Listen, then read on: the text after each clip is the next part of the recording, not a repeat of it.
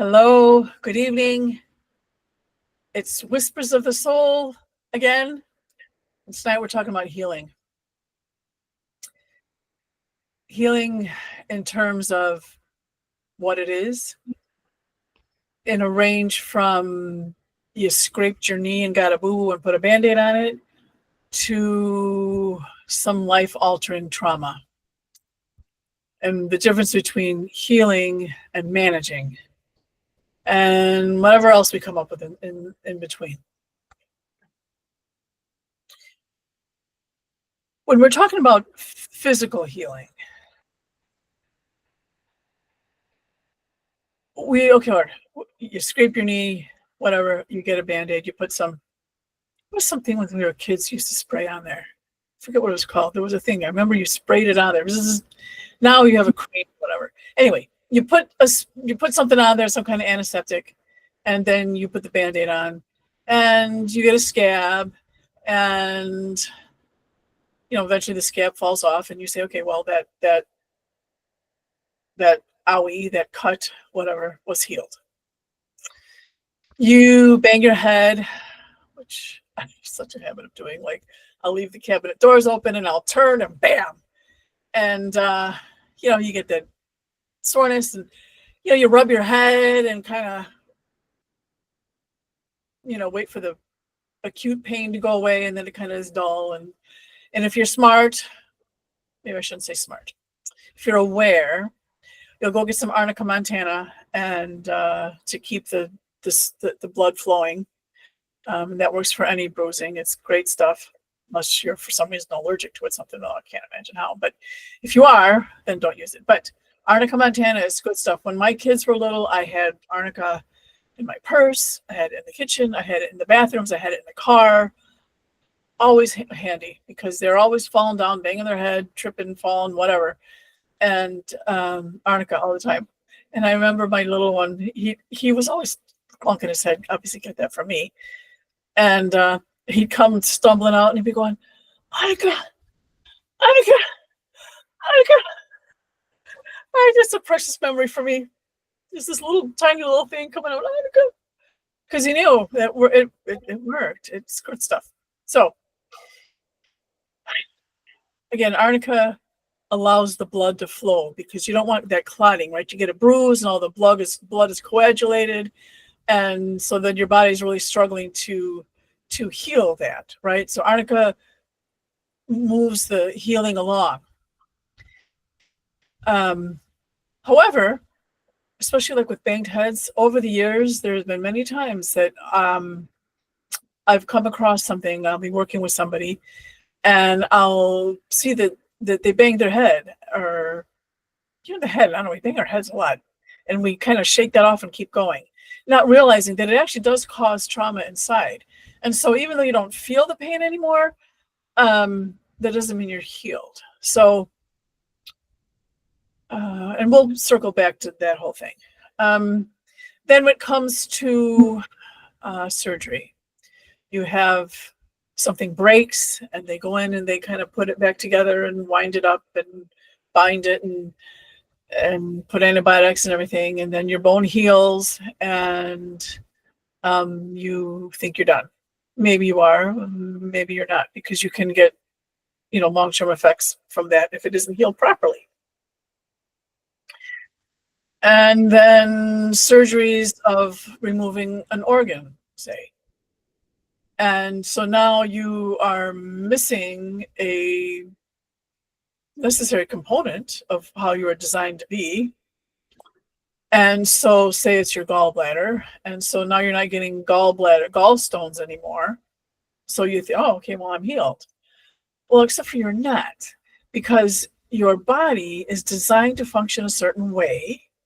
And if your gallbladder is gone, then you still have issues with the liver and the appendix and other organs that have to kind of make up for what's missing. So are you healed?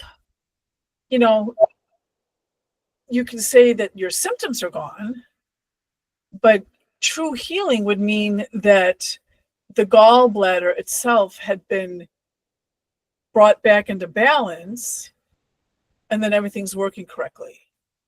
That would be true healing. Taking it out to mitigate the symptoms. And obviously sometimes you're in a very severe case. I'm not saying don't ever do that. But optimally, you would find a way to balance the gallbladder and not have to remove it. Balance it. That would be true healing. Managing is when you do a surgery. Managing is when you go to the doctor and you have whatever symptoms and they give you a prescription and you have to take that prescription for the rest of your life. So nothing's actually healed. You're not feeling the symptoms, or the symptoms are mitigated, lessened, but nothing's actually fixed because you have to take those pills for the rest of your life. So again, that's managing as opposed to healing. If you have an emotional issue,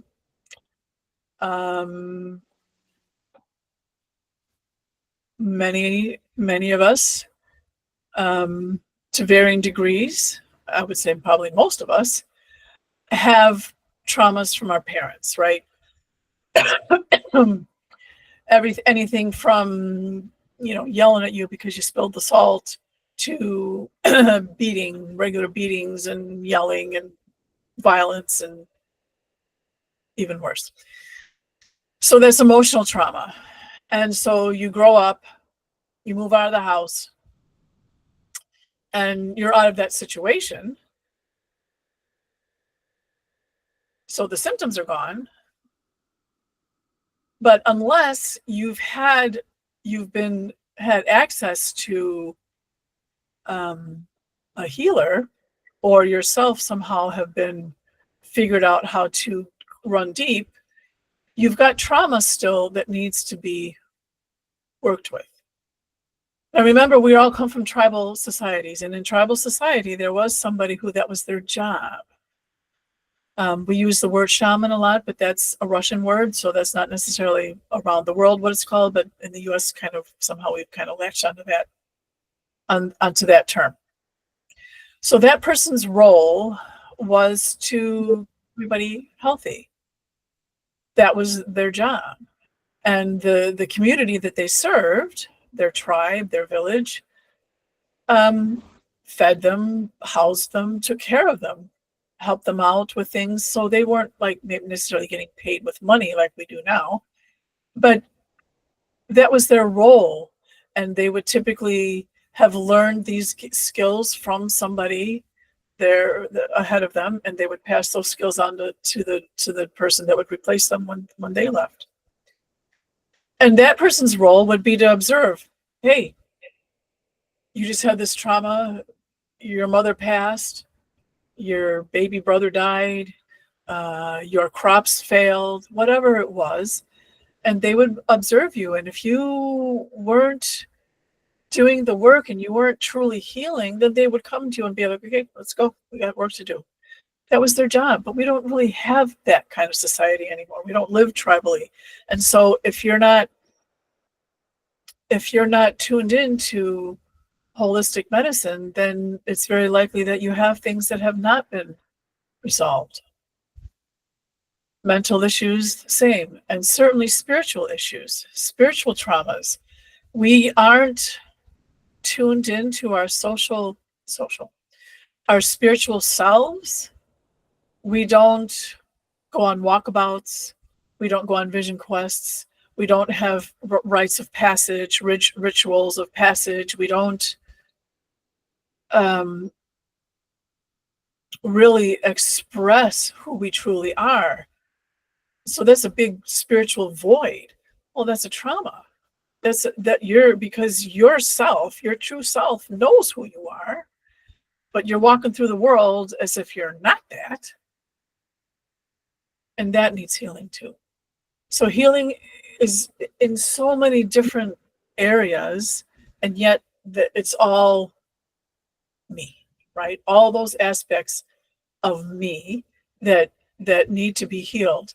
And if I have an emotional trauma that doesn't get really resolved, doesn't resolve so many times, it will show up down the road as a physical trauma. Maybe I'll get diabetes, or I'll get cancer, or I'll get whatever label people end up with. That if you look, there are reasons that happened. And the reason, by the way, that it happens in a family, like a family line, will get, they'll say, like, breast cancer runs in my family, for example. Doesn't run in my family, but it's because traumas get into your DNA, and you pass that on to your children, who pass that on to their children, pass it on to their children. So, and the trauma is living somewhere. So wherever it's living is where it's going to keep showing up. There are, of course, exceptions, but as a general rule, that's why you have family. That's why you have those kind of traits in a family, because there's something in the history that wasn't resolved. Anyway, so all those things all tie into one another. So when we are working on healing ourselves, say we're meditating and praying every day, and we're, donating to the homeless shelter, or donating our time to the homeless shelter, or to save the dolphins, or whatever your thing is. But then you go to work and you're a real butthead, and you're mean and cruel and treat your employees poorly. You're not in balance. Your whole system is off, even though there are things that you are doing, but you have to heal every part of you. Your mental part, your emotional part, your spiritual part, your physical part, all parts of you, to be in balance. So if you're showing up in areas unhealed, well, it's a big red flag. You need to work on those. So, do you have any questions? I can't hear you.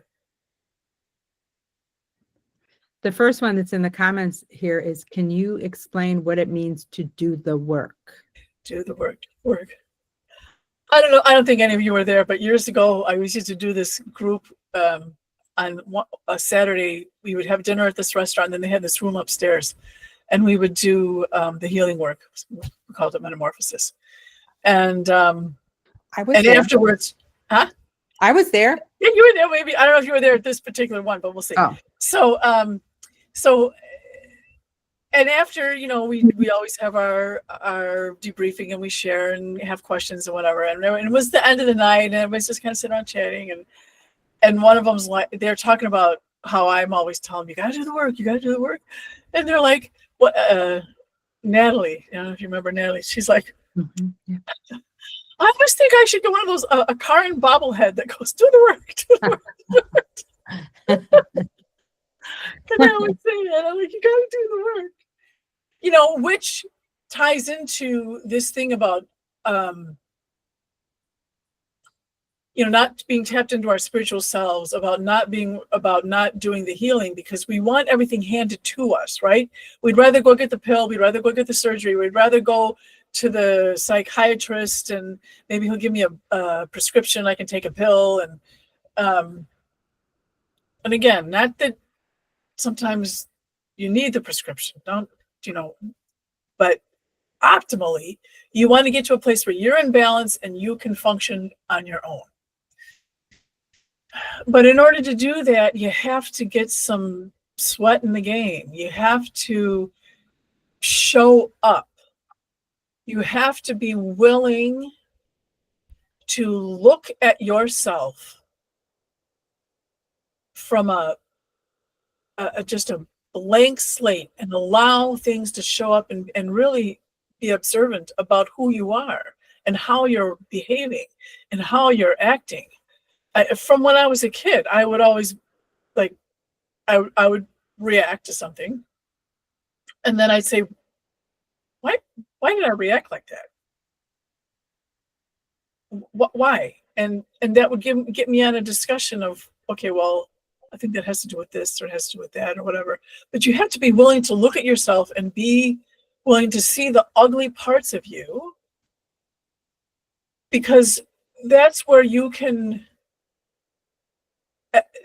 sit with yourself and be okay with it and go, okay, this happened at this time, and I learned these tools to manage, to navigate through this part of my life, and it served me, but it's not serving me anymore, and I would like to make a change. And that has nothing to do, I mean, we all for a period of time have that excuse, well, my parents, the way I grew up, this and this happened to me. Yes, at the time you respond, you figure out how to navigate, but at some point you have to say, okay, it's on me now. I'm not living with my parents anymore. I don't have that crazy neighbor. I'm not, that teacher doesn't, pick on me, whatever the situation is. At some point you are responsible for your own behaviors, and you can no longer blame other people, even though we'd like to. It sure makes it easy, because then I don't have to be, I don't have to look at myself. I can just say, well, I've shared this before.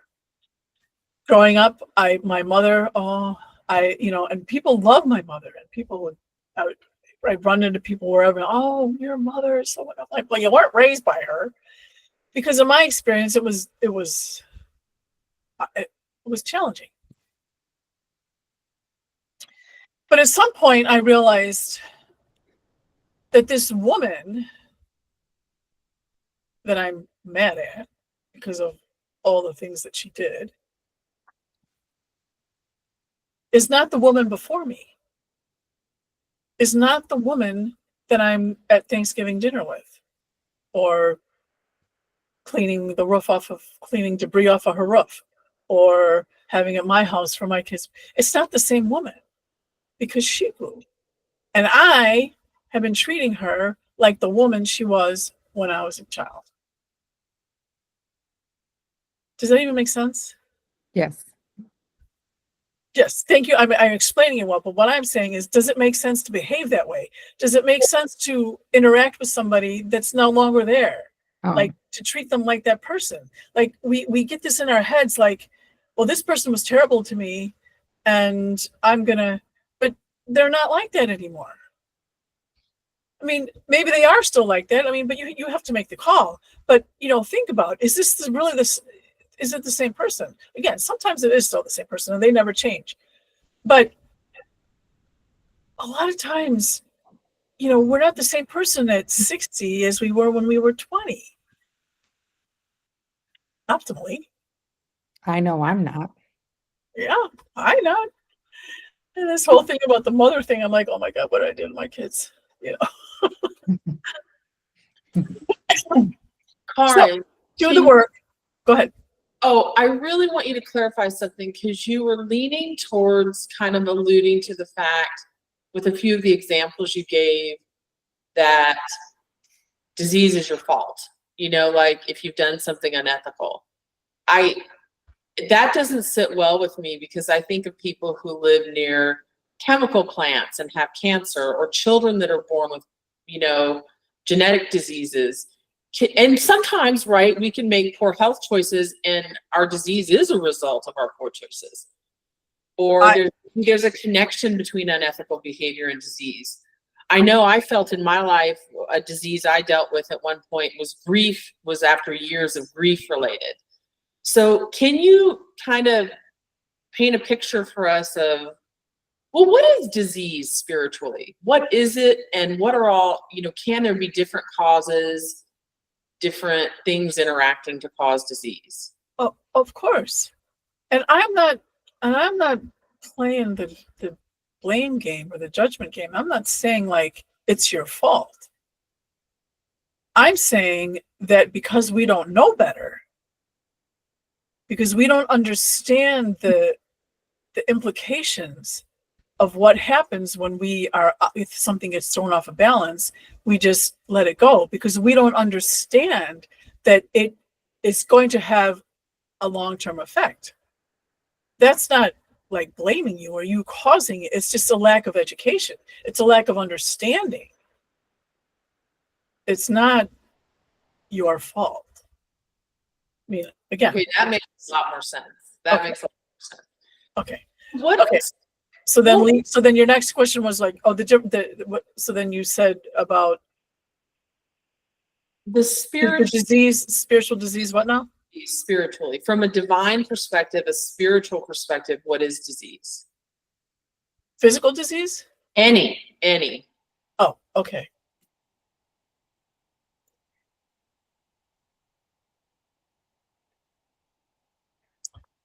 So we are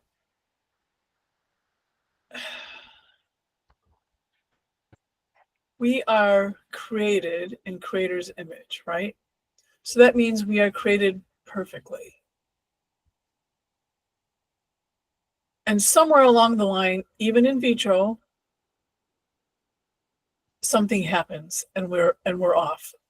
Whether it's from either the mother or the father having some kind of chemical in their system at conception, to a car accident when the mother's 4 months pregnant, to birth, and throughout your whole life.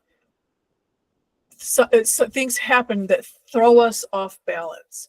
So everything is supposed to, if something is, this was perfect together, and then there was some kind of trauma, and to put it back together,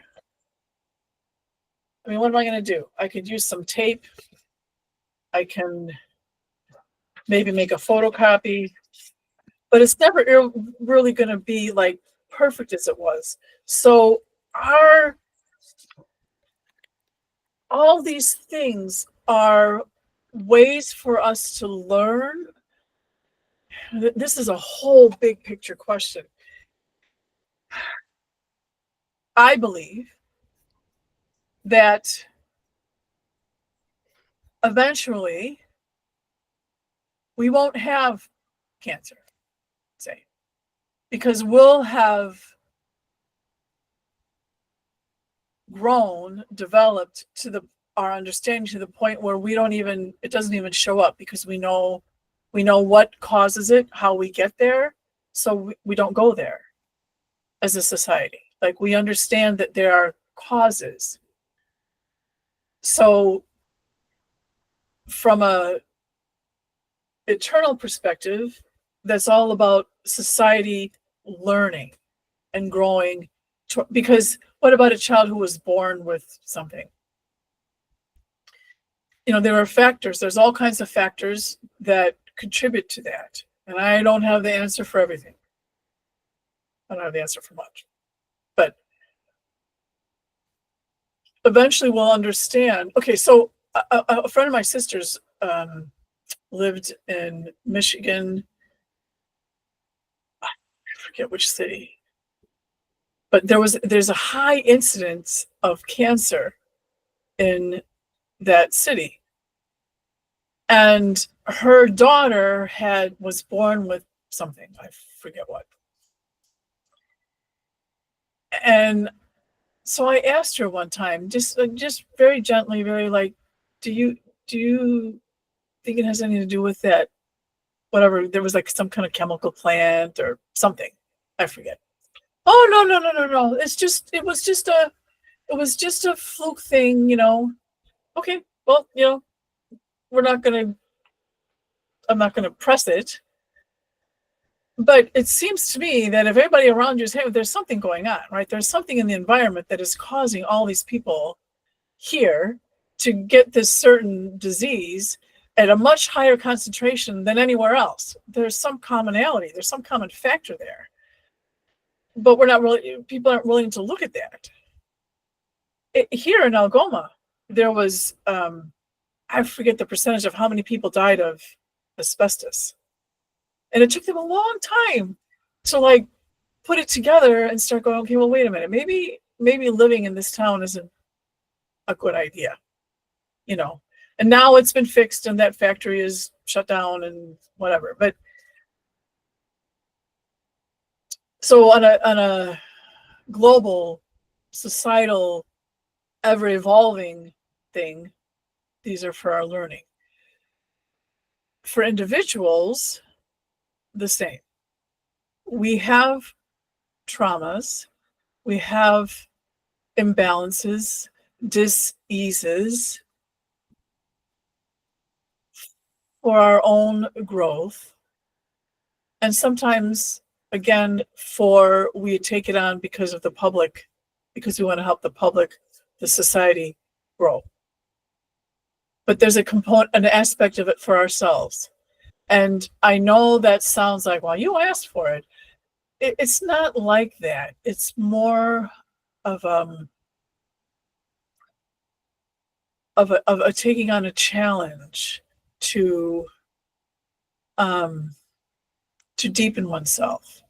We all of us, no matter who you are, where you're born, what year you're born, what country you're born, what color your skin, what socioeconomic strata you're in, every single one of us has the exact same challenge. And that is to get through our life circumstances and somehow find joy along the way, regardless of them, and to connect with our eternal selves and creator. And we all choose different ways of doing that.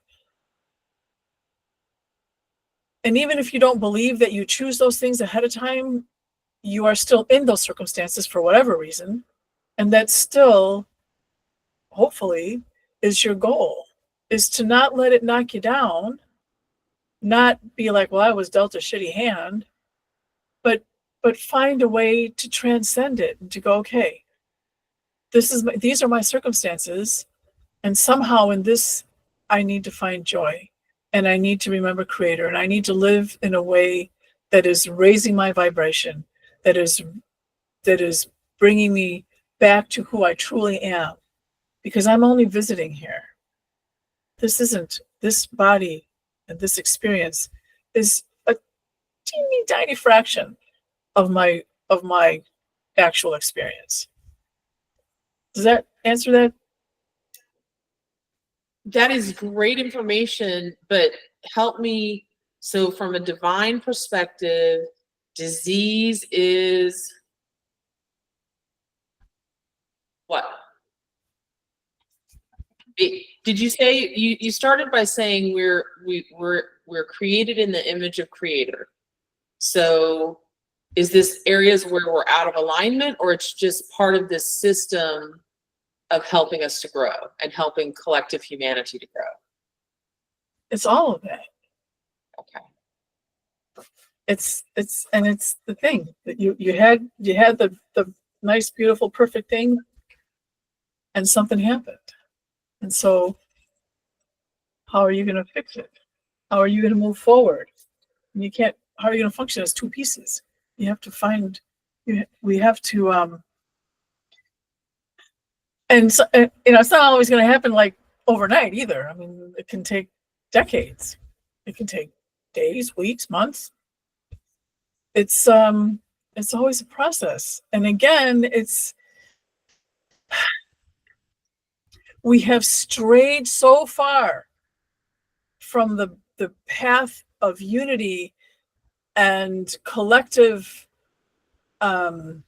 healing and understanding of who we are, that most of us are like kind of lost. We're just kind of spinning out here with nothing to hang on to. A kid whose parents are gone all the time and is maybe picked on in school all the time, and good one, Shannon. You could see the lure of joining a gang, because then they feel like they're a part of something. It's unsettling to be kind of spinning around on your own with nothing, with no anchor, with nothing to hang on to. And that's how we are. This whole, oh, we're so independent. We're independent. We do everything on our own. I know I was like that, but excuse me. I'm doing a clearing from the scans for my lungs. So I've been coughing a lot lately, which is annoying, but I'm also thrilled to be working on healing my lungs because that's been an issue for a long time. There's a question that is in the comments. Are we ready to move on? Yeah. Okay. Do you think being witnessed by other people has value in the healing process, whether that is an energy worker, therapist, etc.? And then there's a second part to that question, but we'll start there. Okay. There is value in being witnessed. I think that the further along in the process you are, it becomes less and less. There's it becomes less of a. I can't do the thing, the triangle, and then how it slides. One is more, and one is less. The more that you have healed, the less that witnessing by a physical being matters, because the more that you're tapped into your spiritual self and who you truly are, then you know that you're being witnessed always. And so, but when we're first journeying and learning how to do this, I think it's really powerful. And then the whole, you guys know, we do the retreats. There is definitely a power in doing this work together and supporting each other, doing the work for each other, with each other. That feeling of deep connection with people that you walk out the door and you're not going to see them again until the next retreat. They're not really like part of your life every day, but you have this deep connection that transcends like growing up in the same household.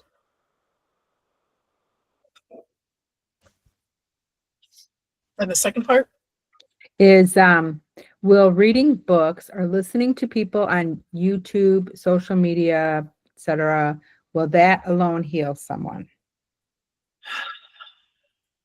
Not if you don't do the work.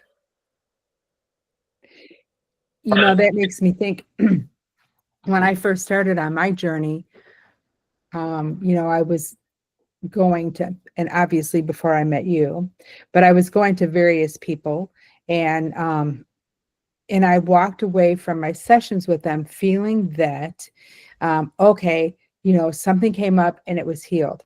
And I would get so mad when, weeks, days, months later, the same thing would come up again. And it was like, why is the same stuff coming up? And, and then somebody explained to me, oh, well, you're just going deeper. It's like a spiral. You got this thing and this, but at the same time, nobody ever explained to me my responsibility in it.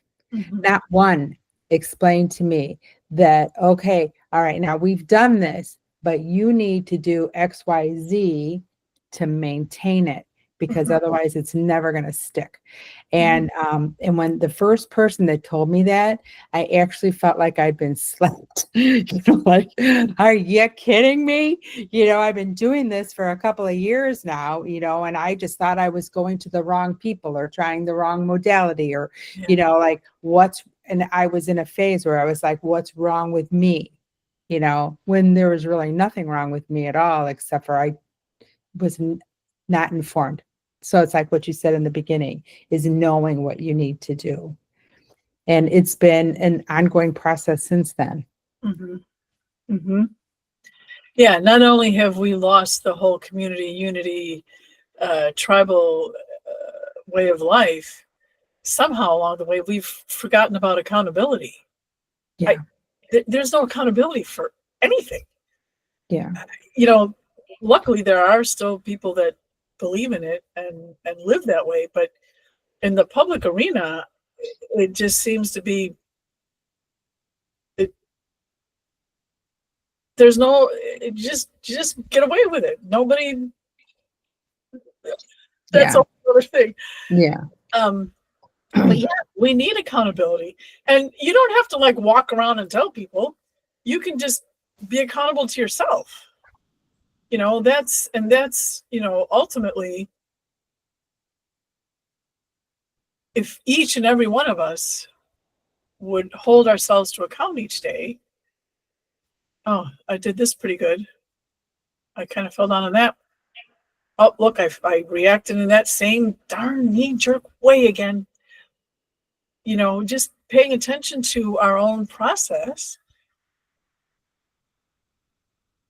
Just think, you don't even have to tell somebody, oh, I did a bad thing. I wasn't so good about this, or wasn't so good about. You don't have to tell anybody. It's between you and Creator anyway. I mean, obviously, if you're hurting somebody or whatever, then we got a whole other thing. But,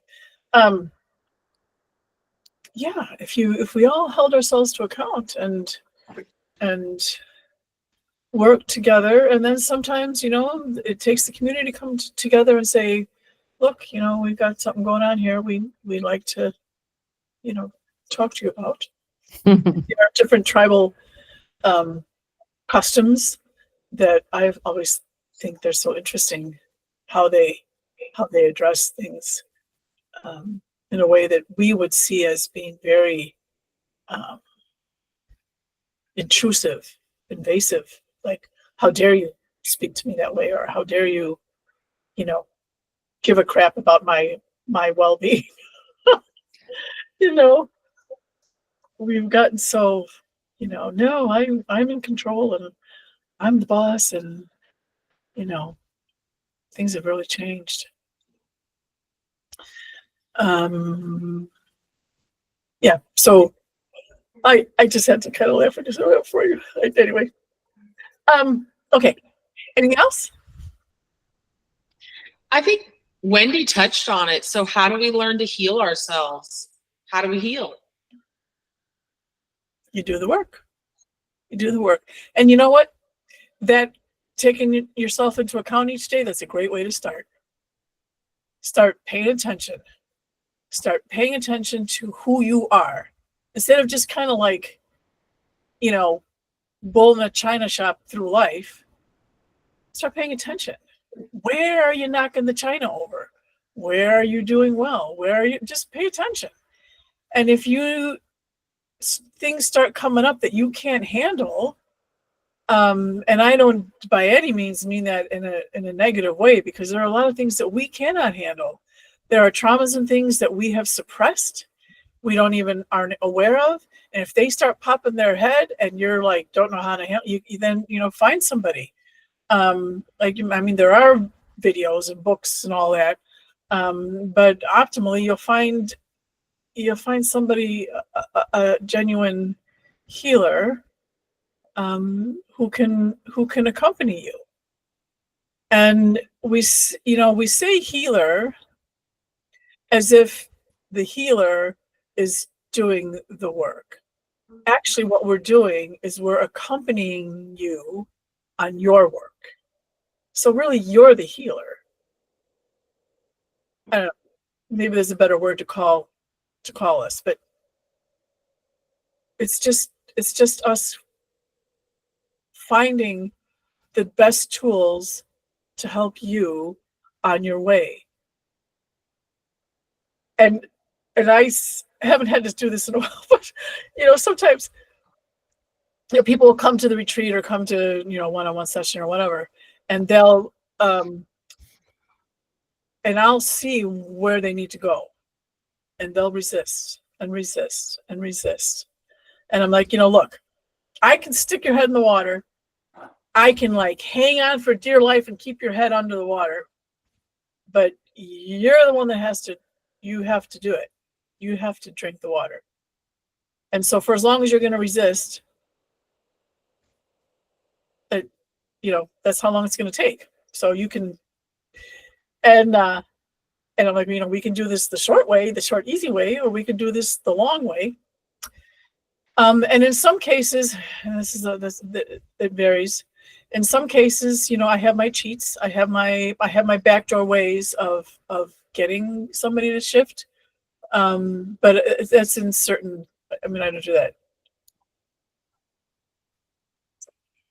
There are certain circumstances in which I have to do that, but that's gotten rarer. Maybe people are just, I don't know. But sometimes, we do have tools that sometimes we have to kind of, do some poking to make things, to help that person to do what they have to do. But ultimately, you have to do it. And like Wendy referenced, after I do a session with somebody, and the reason I'm referring to me, because I don't know what other people do. I don't know how they do it, so I can't tell you. I just know what I do. But one thing is, I'll give you the pendant that has energy in it that you need to continue with, or you'll have an assignment, like maybe you have to sleep in white sheets naked for 3 weeks. Or you have to. A big one is, especially when it's like a knee-jerk reaction that we've gone to the root of and changed that. We put in the caution. You going forward now, you have to take things slow, because we want the new vibration to take hold. You have for years been doing this knee-jerk reaction, and that's what you're used to. And so you don't need it anymore, but you could, out of habit, still do it. So you have to pay attention. You have to take your, if you feel like it's coming out, you have to step back. Okay, breathe, acknowledge. Okay, I'm not there anymore. I don't need to respond that way. Sometimes you have to spend the time to make the shift stick. You have to make it stick. You have to. I can't tell you how many times especially over the phone with somebody. I'm like, I'll get that. You know what? We're done. You have to go lay down for 20 minutes and marinate in what we just did. You have to allow the thing to flow and get, retrain everything. So if you fall asleep, or at least doze off, but just no TV, no phone, nothing, just be with it. Sometimes that's all you need. But there's homework. You have to do the homework. You have to do the work, and then you have to do the homework. But how does accountability? I have asthma. I'm accountable. I manage it very responsibly. I still have asthma. A diabetic might manage their diabetes responsibly. They've still got diabetes. How does accountability cannot explain everything? Because what about a 5-year-old who has a brain tumor? I don't think not being accountable explains not healing. You know what I'm saying? I don't know where you're getting that from. Well, that's what you guys were talking about, was how important accountability is in healing. But it doesn't explain everything. But we were people who are accountable and responsible, and yet they still have disease. They might still suffer from mental health issues, trauma, physical diseases. Where is the part of it that you are being accountable and you've still got disease? Wendy, what were you going to say?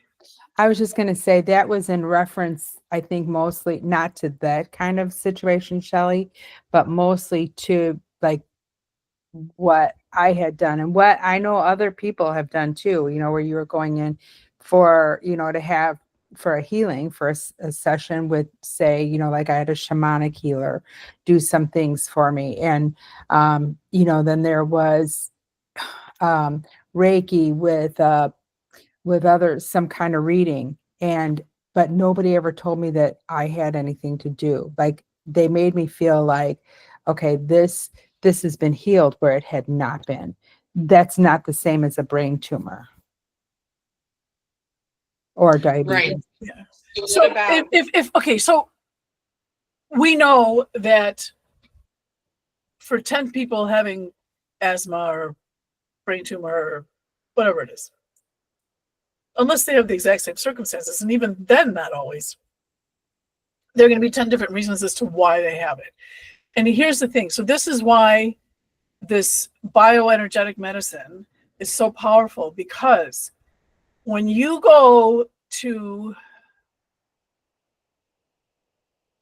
if you're not looking at exactly your circumstances, not the general population, okay, if somebody has these symptoms and we give them this protocol, this is the list of symptoms and this is the list of the protocol.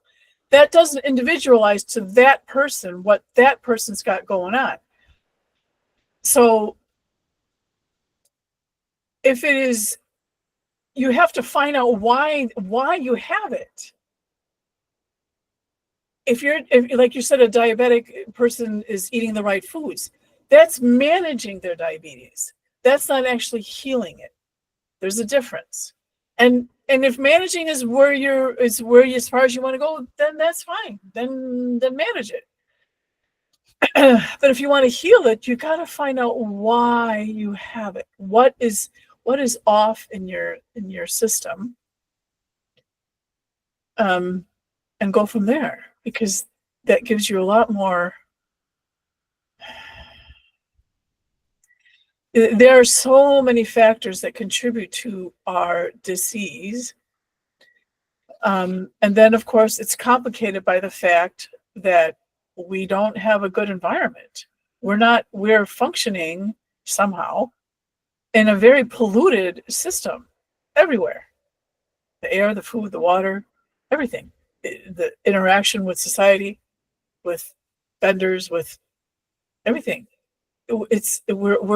We're very polluted.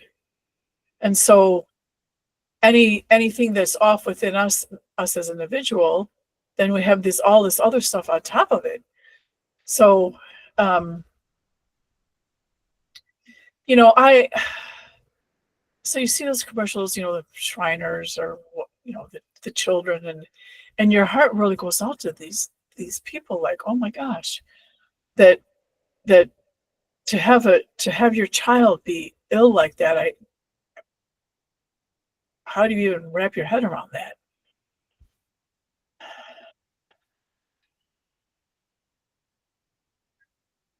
And yet, you need to really explore what is going on with them. And the world has a history of folks that understand true healing. They get kicked out, they get shut down. And so you got to decide what you're willing to do. And hopefully it becomes a lesson for everyone in some way, and we can see it that way. I was at the office today, and the building is still not full. It's still being renovated. Our area is fine, but and I heard piano playing. It was beautiful. And we were leaving, and I'm like, I want to go find whoever's playing the piano, because I just want to, if I can, without interrupting them, give them an appreciation, because it was just beautiful. So we found there was a woman, and she was playing, and stuck her head in, and she kind of looked at us, and we smiled, and I'm like, it's so beautiful, thank you so much. And she kept playing, but she said thank you or something, so we could hear in her voice that she was crying. And so we walked away, and I'm like, and I had all this stuff, and I handed it all to my husband. I'm like, here, we should take all this, I'll meet you in the car, I'm gonna go back there. So I went back to her, and I went around the corner, and she saw me, and I said, would you like a hug? And she kind of hesitated, and she's like, yeah, I would. So she got up, we held each other longer than she expected, because she kind of thought we were done, and I'm like, I'm holding her until she's ready to be done, right? So it's on her. And when she realized that she didn't have to break away, that she could stay in the hug, we hugged for a while. Anyway, so she shared it has something to do with she has foster children, and there were some issues. And I'm like, well, how beautiful that you have this beautiful tool, this, the playing the piano, that you can help to, I mean, how wonderful. She's making this beautiful music and crying, and she's, what a beautiful, I thought it was really powerful, for her to emote like that and allow herself to process. And she said, she's like, I know this is all for a reason, and it's all, going to be okay. I thought that was just really powerful, that even in the midst of her agony and in a foster situation, there are a lot of pieces, right? There are your family, and there's the agencies, and there's the other family, and there's a lot of pieces. And what you have control over, you only have control over your piece. And in the midst of all that she said that,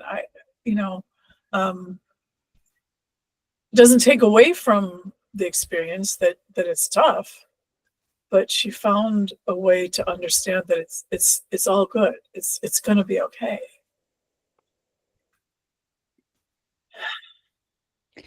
There was a comment back when you were talking about the asthma and so forth. And it's like, couldn't it be a past life too? Like maybe you died in a fire and now you have asthma. There's so much that we do not understand. Yes, that is very true.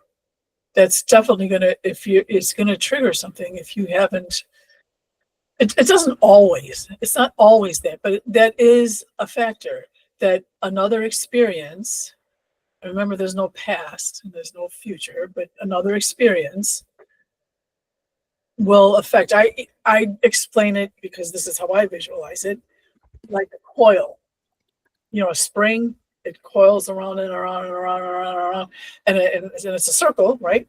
And a circle has 365 degrees, and then each degree has 60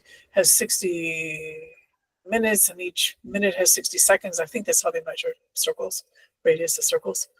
Not radius. Anyway. And so that each part of the circle of each coil has a specific vibration. That's 300. That's 180 degrees, 0.2, and that has a specific label, factor. Maybe it's lung, maybe it's fire, maybe it's emotion, maybe whatever. But everything has it. So on that spring, that whatever in any of those coils of the spring, if 180 degrees is out of whack, it's going to affect all the other coils. Just like if it's going to affect all of them. And so, but to varying degrees, right? So you may notice it in another coil and you may not, or maybe the coil further along really doesn't, it's not affected much, but the coil right next to it, definitely. But again, depending, to what degree, and depending on, how you're living your life and this other coil life, but it's all coils going on at the same time of that spring. And this spring is infinite. Imagine that. An infinite spring with infinite coils, and that's your life. Kind of mind-blowing. Very much so. Can you talk a little bit about how the physical, emotional, and cognitive are intertwined with the spiritual? And how does that relationship impact healing? Okay, here's a very obvious thing. Years ago, there was a woman, and she was seeing me with the bioenergetic equipment and having great results and loved it. And of course, being a woman, or being a caring person, doesn't have to be she's a woman, but she wanted her son to come, and so she made an appointment for him to come. So she brought him, and he was, I don't know, late teens, early 20s.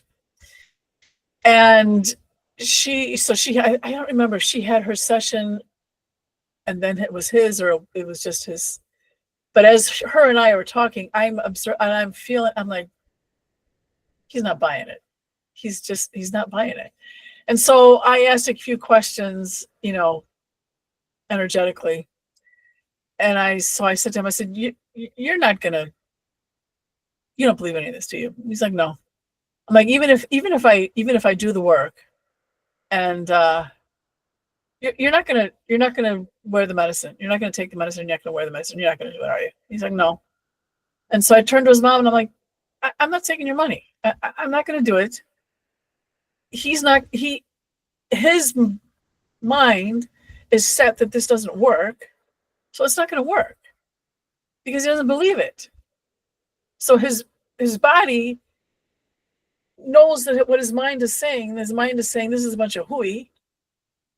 And so the body's gonna be like, well, it's a bunch of hooey, so we're not gonna accept it, and we're not gonna do it. You are very powerful. That's why I, like, for myself, like Daniel, the other day, my husband's like, oh, yeah, and I'm like, no, I said I have all kinds of things, but I don't talk about them. I don't talk about my symptoms and issues because that gives them power. Why voice it and give it more energy? I don't, there's no point. You don't talk about it. Don't ignore it. You got to do what you got to do, but your words have power over your body, your mental, your emotional, everything is all attached to each other. And so the more that you are balancing everything and healing everything, the more that they can work together cohesively and you can progress. But like I said earlier, like the guy that is, donating money and meditating and everything, but then he goes to work and he's, abusing his employees, yelling at them or whatever. He's got all that anger built up in there, and then he's trying to, you've got to work on everything together because everything affects each other.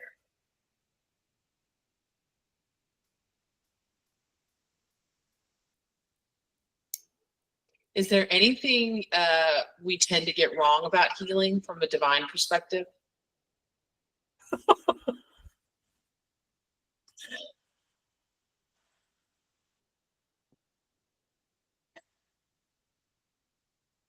We are human.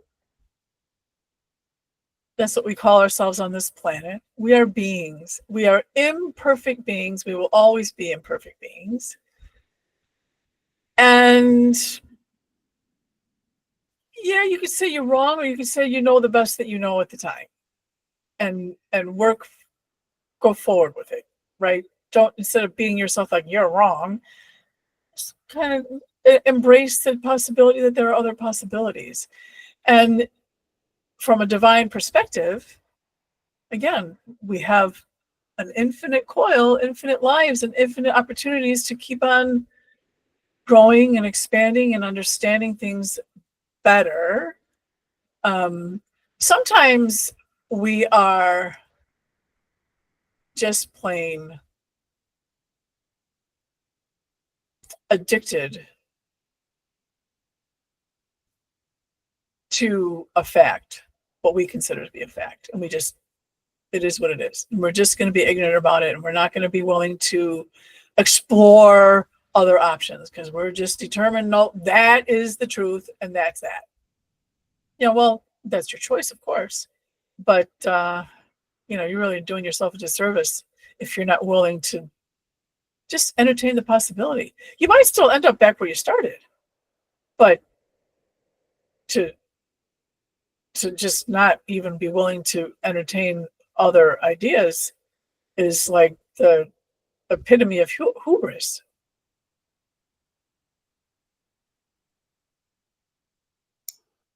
Okay.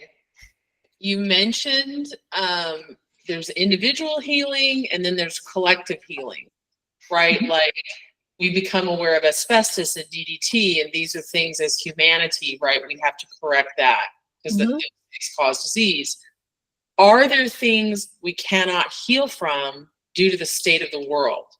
Or is healing of all possible at this point in time? Is healing of all okay, wait. Is there some healing that is just not possible because of the collective state of the world right now? Okay, individually or collectively? I think individually, like, is there something maybe I can't heal from because of the collective state of the planet and humanity right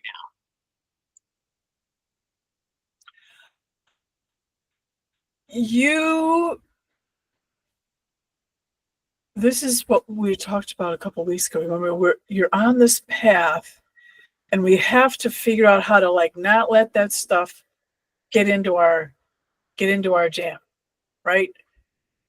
Yeah, it's going to affect you, but to the degree that you are focused on where you're going and what you're doing, you can mitigate that. If you're talking about air pollution, I mean, unless you like walk around with a scuba tank, I don't know that you're going to be able to fix that. I mean, you can, of course, you can, set your intention and speak with your body and be like, okay, I know, dear lungs, that you are inhaling some nasty stuff, and it's a challenge for you, and work with mitigating that, but you're still breathing it in, you know. So there are things. This I've had this observation or this wonder for some time now. And when people say, "Oh, I feel the healthiest I've ever," I feel so healthy. I just am so healthy, and I'm like, I started thinking, I think we have no clue what it feels like to be healthy.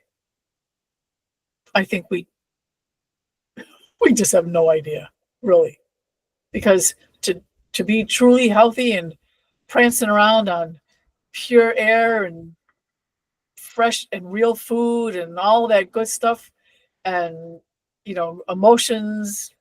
I think we don't even know what it feels like to be healthy. We know how what it feels like to be healthier relative to feeling sick, really sick. But optimal health, I think it's been a while since there's anybody on this planet that's felt that. Maybe well, I think the Hunza were discovered like in the 1960s. So maybe them are closer to it than us, but still.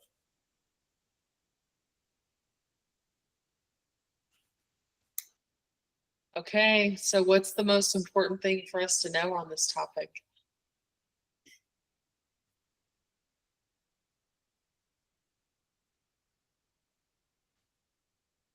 That seems such a dull answer, obvious answer.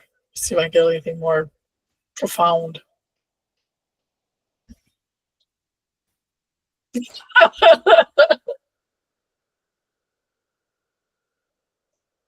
Okay, so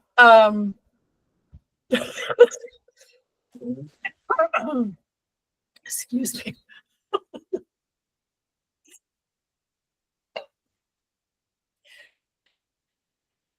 It's part of the journey.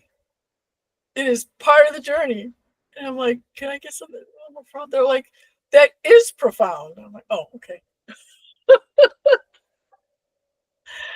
And it is, really, but it seems like such a simple answer, but they're like, no.